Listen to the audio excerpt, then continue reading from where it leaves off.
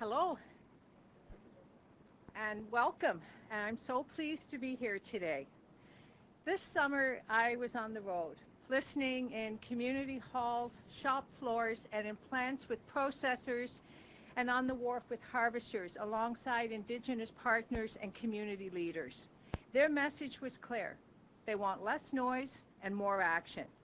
They want stable, predictable rules so employers can plan, open markets, practical support that shows up where people actually work, on the water, in the plant, and at our harbors. When we do that, Canadians notice. And that's how we keep rural and coastal communities strong, and that is how we build Canada strong. That steady, practical approach is what today is about. Keeping families working and communities growing here in Newfoundland and Labrador. We are fortunate to have two leaders here today who know this province and care deeply about it. You'll hear from the Prime Minister in just a moment, but I want to just have one more quick comment. We saw this summer in the face of the wildfires that leadership matters, and we have been guided with the confidence and the empathy by Premier John Hogan's steady hand. So please join me in welcoming my friend, Premier Hogan.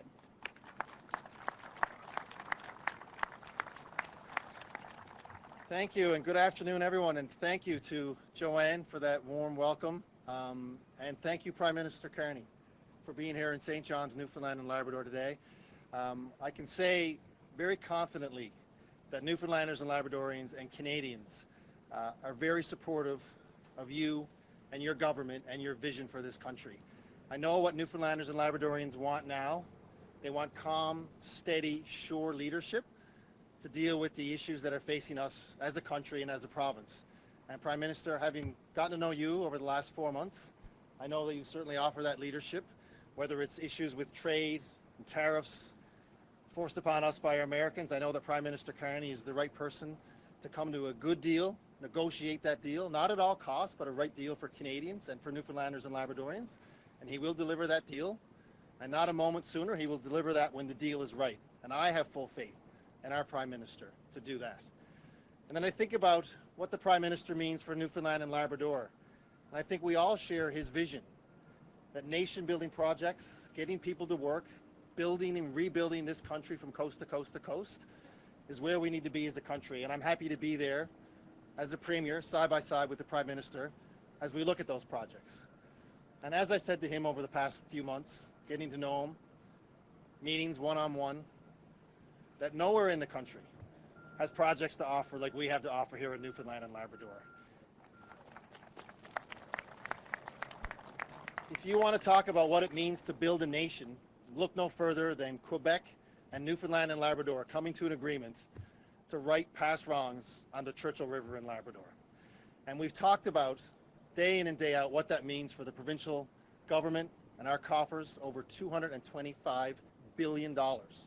But what we haven't talked about is what that means in terms of economic spin-off, the job growth, job creation, not only for the mega projects, but for the mining industry in Labrador West, and what that means for all Newfoundlanders and Labradorians.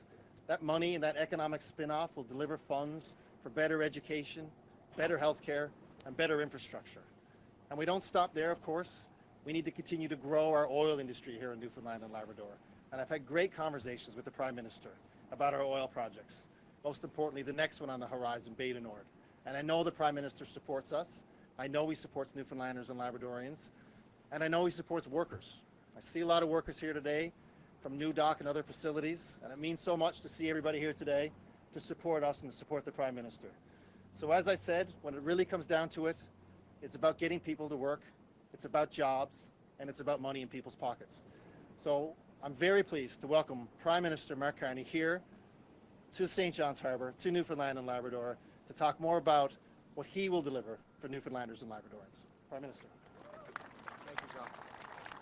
Thank you. Thank you very much. Good afternoon, everyone. Bonjour tout le monde. Thank you, Premier. Wow, look at this. I came from Ottawa this morning. In Ottawa, there's the first hint of fall in the air. The leaves are starting to turn. Look, I should stay here this summer. It's still the height of summer here in St. John's. You know, but this time of year, it's a chance. It's a chance to look back on the summer in the last few months. And you know, if there's a theme that shines through for this summer in Newfoundland and Labrador and across Canada, it's that we're stronger together. You know, you brought Canadians from across this country to the Rock for a highly successful Canada Summer Games. And I'm not just saying that because the NWT women's basketball team won their first game. I still have my allegiance from where I was born. But you think of all the great performances, including, you know, on team level, at individual level, Gavin Baggs, 4 gold medals, or 4 medals in para sports for Newfoundland and Labrador. Yeah. So you did us proud. You did us proud in your hospitality, but we recognize that you were doing that at a very challenging time, in a challenging summer with a fire season, terrible fire season that destroyed property, displaced thousands and thousands of Newfoundlanders. And Premier Hogan, your leadership alongside the tireless efforts of the first responders, the Canadian Armed Forces, and Minister of the Canadian Coast Guard were invaluable in keeping people safe.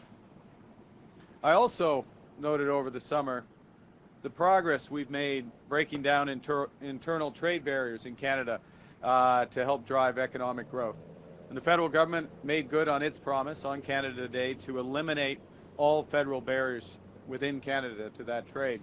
And the Premier has been working hard and leading with his provincial counterparts to ensure that in these challenging times we are stronger together. And that brings me here. And it's great to be back in St. John's. I'd like to thank my colleagues, Minister Thompson, Joanne Thompson, our MPs who are here, Philip Earle, Tom Osborne, Paul Connors. And, you know, I'm back, last time I was in this great province was at the start of this year's federal election campaign. Started right here in St. John's, next day went to Gander on the first days of that campaign. And on those days, I was reminded in a visit near the anniversary of 9/11, we're near the anniversary of 9/11, I had the privilege in Gander of meeting remarkable Newfoundlanders who opened their homes and their hearts to strangers, consistent with the values of this province and this country. And the compassion and the resilience reflect the very best of this province. And they're real reminders, that resilience, that generosity of what makes our country strong. Now, we chose to be here today to talk about the future at one of the oldest shipyards in Canada. And a shipyard that's now proudly owned, led, and managed by local Indigenous leadership. And I especially want to welcome and acknowledge Chief Terry Paul of the Member 2 First Nation, Chief Jenny Brake of the Halibut. Jenny, who started her career here as a welder. And this is a testament to what we can all do. And Sagama, Chief Joe from the Maniap Bugak. Now, this dock, as old as it is, 140 years, hard-working women and men from the dockyard, repairing and refitting legendary Canadian ships, from the Canadian Coast Guard icebreakers to the Royal Navy fleets. Let's stop and say a word about this. The Premier referenced building from coast to coast to coast. When you think about the building of the major projects here, the crucial project, and I'm so proud of the progress that's been made in Churchill between Newfoundland, Labrador, and Quebec. You think about the opportunities offshore this great province, including Bay du Nord. But you also look at these icebreakers and what they represent, unlocking opportunity in the Arctic and protecting our country, protecting our sovereignty. That's what building Canada strong means. So whether it's the Cape Roger, the Judy Lamars, they are vessels that protect our sovereignty, They're also vessels that unlock the winter ice, unlock the contribution of this economy to Canada's $30 billion ocean economy. And they're vessels that are vital, vital for the research that allows us to prepare and build for the future. And in doing so, New Dock creates good, high-paying, fulfilling careers for our skilled workers, our welders, our pipe fitters, boilermakers, and the other skills, just as Chief Jenny knows. And we know that shipbuilding isn't just central to our history and our character, it's essential to our future. But that future, that economic future for our country, is caught up in a storm. Caught up in a storm as the United States fundamentally reshapes all of its trading relationships. And to be clear, Canada currently has the best deal of any of the United States trading partners in the world. 85% of our trade with the United States has no tariffs. It's tariff-free. And we have the lowest average tariff rate of any country. But we've learned a lesson over the course of the last several months, is that our relationship with the U.S. is changing. And we can't rely on our most important trading relationship as we once did. You know, we can't control what other nations do, but we can control our destiny. So we're focusing on what we can control and building our economic strength right here at home. C'est là notre mission principale, notre étoile de Nord. Le nouveau gouvernement du Canada est déterminé à bâtir l'économie la plus forte du G7. À cette fin, nous nous lançons dans un plan ambitieux visant à assurer une nouvelle ère de prospérité après avoir surmonté l'adversité. Notre nouvelle stratégie industrielle transformera notre économie, qui passera d'une dépendance excessive envers les États-Unis à une économie la plus résiliente face aux chocs mondiaux. Une nouvelle économie fondée sur les bases solides des industries canadiennes et soutenue par des partenaires mondiaux diversifiés. Just last Friday, in Mississauga, I announced a series of new and comprehensive measures to protect, build, and transform our strategic industries so they can prosper in this new global economy. These measures are, they're wide-ranging and they're flexible, they're focused on the future. And the first thing we focused on was measures so that Canadian workers can develop the skills for those new high-paying careers that those nation-building projects the Premier and I referenced will create. And we shouldn't underestimate, I'll stop here, shouldn't underestimate just how many jobs will be created, for example, in Churchill, as it's built out, on top of the over $225 billion of revenues that come to this province as it operates over decades. So we start with workers, we start with retraining, we start with building. And then we go to those industries and we give them the opportunity to pivot to new products and markets with a $5 billion new strategic response fund. The third thing is we've introduced a comprehensive Buy Canadian policy. So we're modernizing all of Canada's public procurement to prioritize public and Canadian suppliers. Because it's time that we become our own best customer, buying Canadian to build Canadian. So your government will buy in this province and across this country. Fourth, you know, there's some businesses that are very acutely impacted by these U.S. tariffs, and they need immediate liquidity relief. They need immediate funds in order to adjust. And that's the case for the steel and aluminum industries. These are world-class industries. But they're enduring punishing U.S. tariffs. And these impacts are being felt far and wide, including out here on the East Coast. So our liquidity facilities give businesses the support and the time that they need to position themselves for the future. And lastly, this will be my principal focus today, we're strengthening supports for our medium and small businesses. In March, we announced the Regional Tariff Response Initiative, $450 million across the country to support SMEs directly or indirectly impacted by those U.S. tariffs. And the idea is so these companies can step up and diversify their products, diversify their markets, adopt new technologies, become more competitive. And last week, I announced that we'd increase the funding for this from $450 million to $1 billion. Not just that, we'd extend the repayment periods for up to 9 years and provide new non-repayable contributions of up to $1 million across all sectors, so from seafood through to IT. And today I'm proud to announce that $80 million of that funding will be dedicated to businesses right here in Atlantic Canada.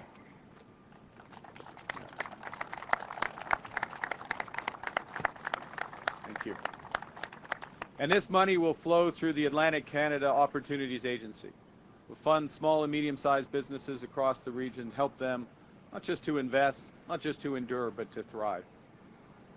It'll be important for that ocean economy. More than half of that $30 billion ocean economy is right here in Atlantic Canada.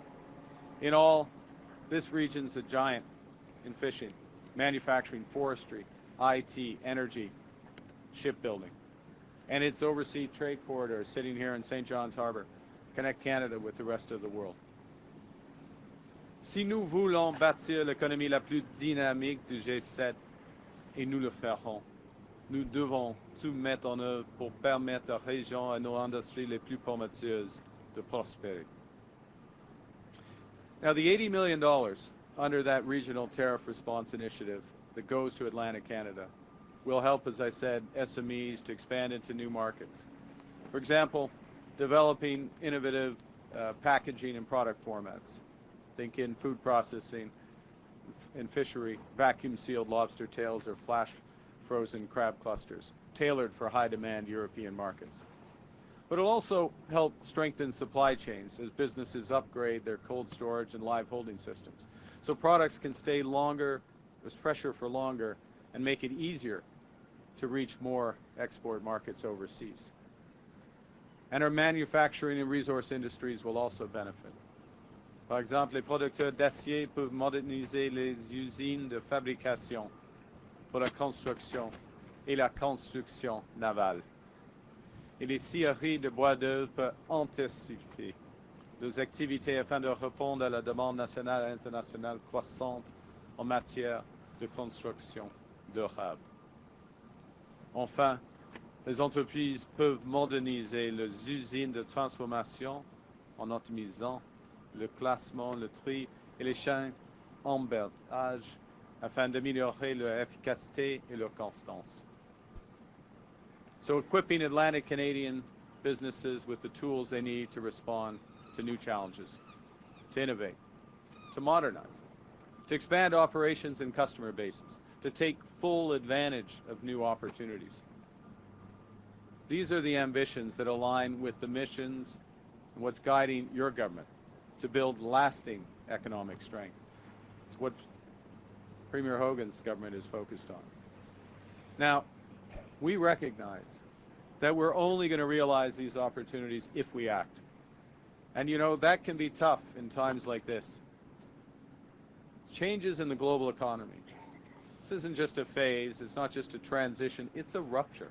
It's a fundamental change that's happening in a very short period of time. And that rupture brings immense uncertainty. And when you have that big uncertainty, that can paralyze decision-making, hold back investment, stifle growth. But this is not the time to delay and hope for the best. Hope is not a strategy. It's time, as I said earlier, to control what we can control. The products we buy in Canada. Taking the time so our businesses can have what they need to adjust to new realities. Getting capital to our businesses so they can retool and find new markets. And getting our workers, helping them have the skills they need for the future.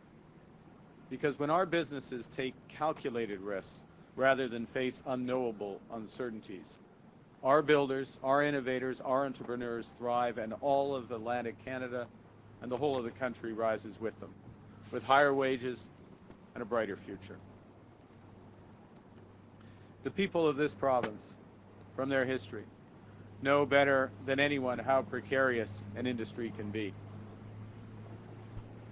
You know that the forces can change overnight and change everything. We are clear-eyed. Canada's new government is clear-eyed about the scale and the speed of the forces currently at play outside our shores. So we're empowering Canadians to shape our own destiny, to build the future we want, an economic future that's not reliant on one trading partner, but built on strong Canadian industries, powered by strong Canadian demand, and bolstered by new international trading partners. So we're making the major investments to ensure our industries, our businesses can bridge to that future, seize opportunities, so we can create that rising tide that lifts all boats. A global leader in food, in fishing, in shipping, in defense, in IT, and in energy. Because Canada has what the world needs, and we have the values to which the world aspires. Because together, stronger, we are building Canada strong. Thank you very much. Merci beaucoup, and I look forward to your questions. Thank you, Prime Minister. We'll now begin the question period. We'll start with question. Go ahead. Heather Gillis with CBC News. Hi. Prime Minister, how do you plan to pay for these support measures? Will it be adding to the deficit or through cutting programs? So the measures we're taking, the Strategic Response Fund, liquidity so that businesses can pivot to grow. What I'm talking about principally today, the Regional Tariff Response Initiative, $80 million for Atlantic Canadian small, medium-sized enterprises so they can invest in the future. Those are investments. Those are proud investments. They're ambition investments for the future. And what the government is going to do, what we're in the process for the next budget, is focusing on reducing waste, reducing unnecessary federal spending, reducing the duplication in federal spending, becoming more efficient in federal spending so that we have the room, we have the force to support our businesses so they can invest for the future. That's what we're doing. And a key message from today is we're doing that, and we'll be working with the province of Newfoundland and Labrador on major projects in energy, clean and conventional energy, for example. We're also working with the smallest businesses in Newfoundland and Labrador so that they can all invest for a brighter future. Prochaine question. Bonjour, Kira Morellon avec Radio-Canada. Ma question est pour le Premier ministre. Vous avez parlé beaucoup d'unité nationale depuis votre arrivée au pouvoir. Oui. Pourtant, au Québec, le Parti québécois a quand même le vent dans les voiles et son chef est pressé de tenir un 3e référendum sur l'indépendance de la province s'il est élu Premier ministre l'an prochain. Est-ce que vous êtes inquiet pour l'unité nationale? J'ai beaucoup de confiance pour l'avenir du Canada, l'avenir du Québec, l'avenir du Canada, parce que les Québécois et Québécoises, ils veulent investir dans l'économie québécoise. Ils veulent l'investir dans un avenir plus prospère, plus équitable, plus soutenable pour le Québec et pour le Canada.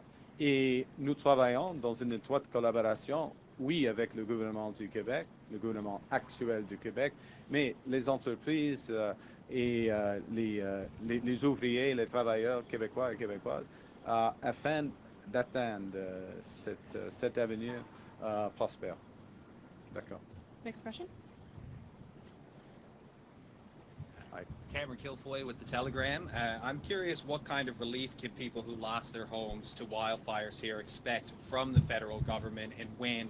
And I'm also curious if you believe it's time to establish a national fire agency given the amount of destruction seen this season. Well, I think thanks for the question, and let me first say to those families who've lost their homes, lost their property, and been through the trauma of the fires, that recognize the immense anguish that brings. I'm grateful, as I said earlier, to the Premier's leadership, to the first responders, to the forces, to the Coast Guard, the action, the speedy action and timely action that helped preserve lives during this difficult time.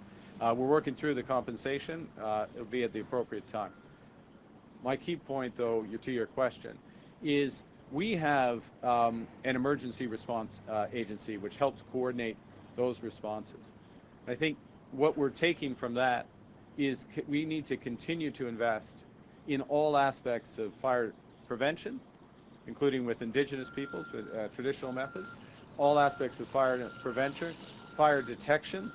We're making huge investments in our satellite detection, which is helping us to move quickly, and our capacity to move quickly in any part of this country in order to limit the damage from the wildfires. That will, and that's everything from those first responders, our firefighters, to our water bomber capacity, and you'll be hearing more about all those aspects in the coming weeks.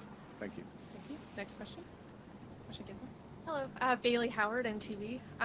We've heard a lot of talk about Churchill Falls and Gull Island being on the national projects list. What sort of responsibility does that mean Canada has in these projects? And if they were to go south, what sort of repercussions would there be then for the federal government as well? Well, I think the first thing to say is that both of those projects and a longer list of opportunities, enormous opportunities, obviously, in Newfoundland and Labrador, and I think enormous enthusiasm and energy in order to help realize those. So I think of them not going south, I think of them going north, in this case, to use the analogy, going forward and building. And part of where the federal government comes in, and it depends on the project. There's different ways that we have a role. And by the way, sometimes the answer to our role is just get out of the way. The project's going to move forward, province has it in hand, and the federal government steps back and focuses on other things. But in a variety of cases, it will be working on making sure the appropriate environmental assessments are done, other regulatory concerns, and as much as possible done in cooperation with the province. And we're working with the province on a cooperation agreement that will help make that even more efficient. So that's one aspect.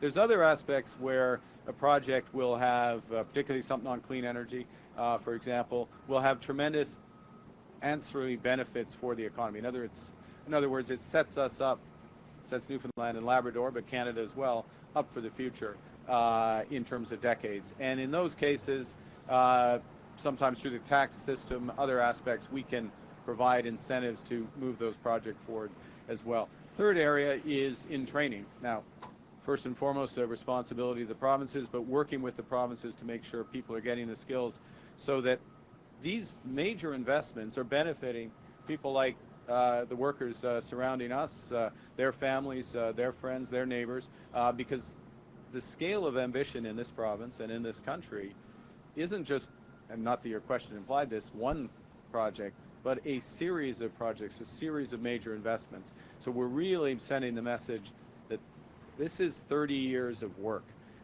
These are good, high-paying careers, and the federal government can help make sure that workers have the opportunity to get the skills. So, like Jenny, sorry, Chief Jenny, I don't want to keep singling you out, but you get the welder's ticket, you get the boilermaker's ticket, you get the IT skills in other examples, so that you can fully take advantage of those. Next question. Hi, Ashley Fitzpatrick with Atlantic Business Magazine. Okay. I'm wondering about the amount of money that you're talking about here, $80 million split across 4 provinces and all small and medium-sized enterprises. Does this realistically actually serve all of the needs that are going to be out there? If you look at even the Chinese tariffs on shellfish, for instance, a sustained tariff there is going to be devastating. Can this really help manage what's going to be tremendous impact for folks who aren't necessarily going to become boilermakers or serve the major projects? Yeah, no, so I think the first thing to say is part of the way we allocate, look, $1 billion is a lot of money. The overall format, $1 billion is a lot of money. And what we're allocating here is bigger than the relative share of population, the relative share of GDP of the overall Canadian economy, allocated that way. The second is it's channeled, as I said, through ACOA, the Atlantic Canada Opportunities Agency. And it's one of multiple projects or policies, initiatives that's channeled through ACOA. And then on top of that, we have the Business Development Bank programs as well. On top of that, we have various liquidity facilities that are available as well. So there's lots of ways to help businesses get time to develop the plan and make the pivot. I'll make another point, though. I just want to reinforce something the Premier was saying, because I think it's so important. There is a connection between these big projects and a small business. These big projects, even in the early days of the development of the engineering for these projects, the early work in the steel and fabrication industry, and other, they create tremendous amount of activity as well. And since we're focused, and this is a key element of our strategy that we announced last Friday, since the federal government's very focused of, if we're putting Canadian taxpayer dollars at work into moving these big projects forward, and in other areas, we expect buy Canadian. We expect to buy Canadian steel. We expect to use Canadian IT professionals, Canadian HR, and on and on and on. And so that starts to really add up, and we're going to have to look at the whole, and we're going to add to this as necessary going forward. En français, tout cela, bah, ça prend du temps. Alors, en ce qui concerne le montant est plus grand que la proportion de les 4 provinces ici, la proportion du PIB national ou de leur population, la proportion de population nationale. Premier point. Deuxième point, il y a plusieurs initiatives de ACOA, y compris la liquidité de la Banque de développement du Canada, par exemple. Alors, il y a plusieurs initiatives et on ajoute cette initiative d'aujourd'hui avec les autres. Point final, les grands projets, les projets à l'échelle nationale, ils vont créer des retombées pour des petites et moyennes entreprises en même temps. Merci. I just had a quick follow-up, and that's in terms of regional distribution. I'm wondering, do you find yourself right now pulled between the provinces in terms of their different demands, and is that becoming difficult for you to navigate in any way? We are working very close. I'd answer it differently. We're working very closely with the provinces. We're working. We know which we work closely. I work closely with the Premier. We know which industries also are most immediately affected. They're the so-called strategic industry for the Americans: steel, aluminum, forest products, automobiles, copper, pharma to come. And then we can see the connections to other sectors from that. So we can target that way, and yes, there's a different regional distribution of each of those industries, so we're aware of that. But we're also conscious of the knock-on effects of those tariffs. So we don't want to overly concentrate just on the strategic sectors. And it's an ugly term. Maybe it's not ugly, but it's just complicated. These are agnostic, neutral across different industries, that what we're announcing. So you don't have to directly have a tariff impact in order to have them. But let me say one last thing, which is to focus again on the forward. And standing here, we see examples of this. These Coast Guard ships, icebreakers, and others like them are going to help open up opportunities. They are also going to be invested in, future examples are going to be invested in through our defense industrial strategy. To protect Canada, to make our country secure, we're going to spend a very large amount of money to make this country secure in a world that's much more dangerous. Now, we're going to spend it in a way that's smart. We're going to spend it in a way that helps shipyards in Canada, where skilled trades people in Canada are working on developing that. Right now, or up until now, the country has been sending 70 cents in every dollar of military procurement outside of Canada to the United States. And that's going to change, and that's part of what our new focus is. Thank you. Okay. Next question. We'll have time for 2 more. Hi there, my name is Sarah Smelly. I'm with the Canadian Press. How is the federal government planning to change its climate change policies and targets for 2030 and 2035? Well, the focus, as we stressed on Friday, and we will be going in more detail in the coming weeks, our focus in this very rapidly changing global economy is on what we call climate competitiveness. So we see becoming low carbon in any industry as being a key driver of competitiveness. So let's take conventional oil and gas, offshore, and for example, offshore oil and gas, Bay du Nord as an example. That's one of the lowest carbon new oil fields, depending on how you develop it, but that's the intention, one of the lowest carbon conventional oil and gas opportunities, conventional energy, but oil and gas opportunities that this country has. So we look at that as a way of being competitive in conventional energy. At the same time, we look at the immense opportunity in hydro, again with Churchill. That doesn't just unlock $225 billion, and you know your numbers, Premier, $225 billion for Newfoundland and Labrador. It creates enormous clean power that's going to be one of the key factors for manufacturing going forward, for artificial intelligence, data centers going forward.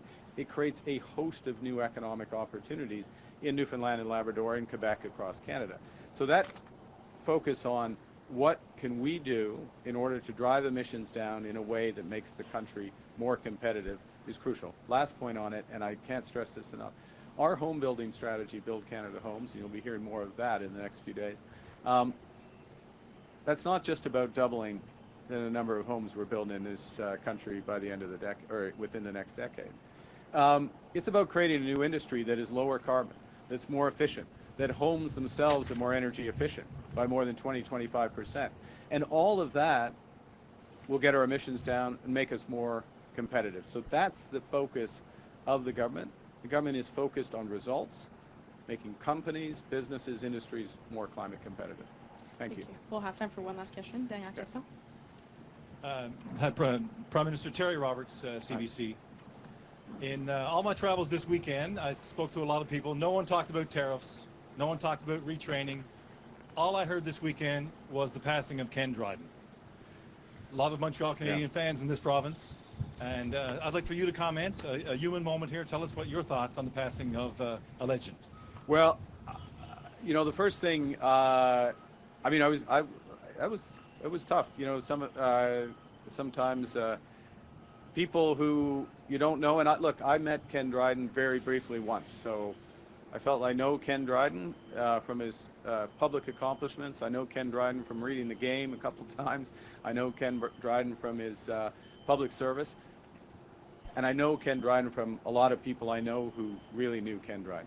And so when someone like that passes, it's a blow. At the same time, you think back on their contributions. I mean, 6-time Stanley Cup winner, 5-time Vezina Trophy winner.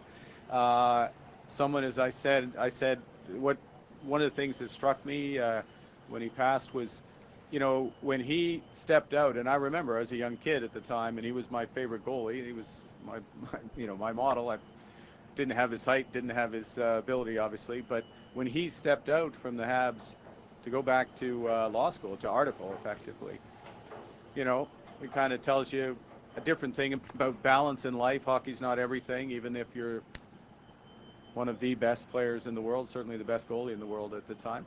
And then his subsequent life, life as a public servant and someone who cared passionately about early childhood education, social factors, and what came to mind. And I remember he used to talk about Big Canada, and Ken Dryden, he was Big Canada. He was in many respects, you know, bigger than us in his hockey, in his career. But he was Big Canada, and he was best Canada. He was best of Canada. So, you know, a tough loss, but let's draw on what he taught us as Canadians. Thank you, Chair. Thank you. This puts an end to our press conference. C'est ce qui m'a fait notre conférence de presse. Merci.